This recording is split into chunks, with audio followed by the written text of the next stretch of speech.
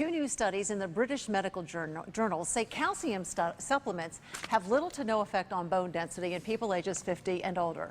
Joining me now is Dr. David Soria, the Chief of Emergency Medicine at Wellington Regional Medical Center, to elaborate more on this study. First thing that came into mind when I read this study was I've wasted an awful lot of money on calcium supplements, and I think a lot of you at home are saying the same thing.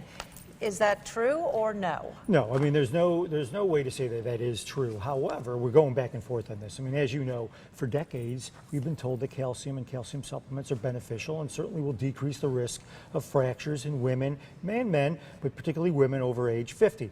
Then there's been studies that sort of go back and forth. So for example, several years ago, the United States Preventative Task Force, the same task force that made the recommendation on mammograms and prostate screening, made a recommendation that you didn't need calcium supplementation in women over age 50 because of the studies. Did not. This was back in 2013 because of the studies that showed that there was a potential risk for cardiovascular disease.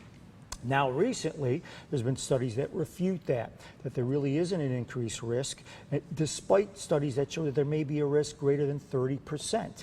So again, going back and forth, depends on what study you look at. But the studies that you're referring to that were done just recently show that there was absolutely or very little evidence that showed a benefit to bone density in patients that are at risk for osteoporosis or low bone mass. So what does all this mean?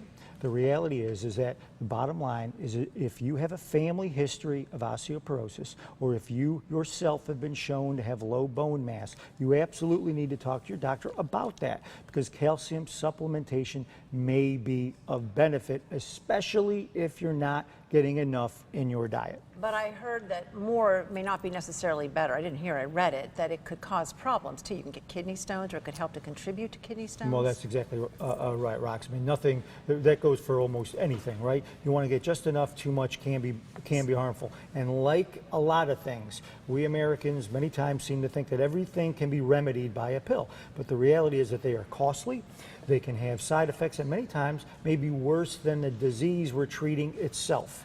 So you got to be careful with that. And you're right, kidney stones are a risk. All right, diet. What do we eat to get the, and as you said, there's no set amount of calcium. We should have it very quickly because we are actually out of time. You bet. What do we benefit? Milk?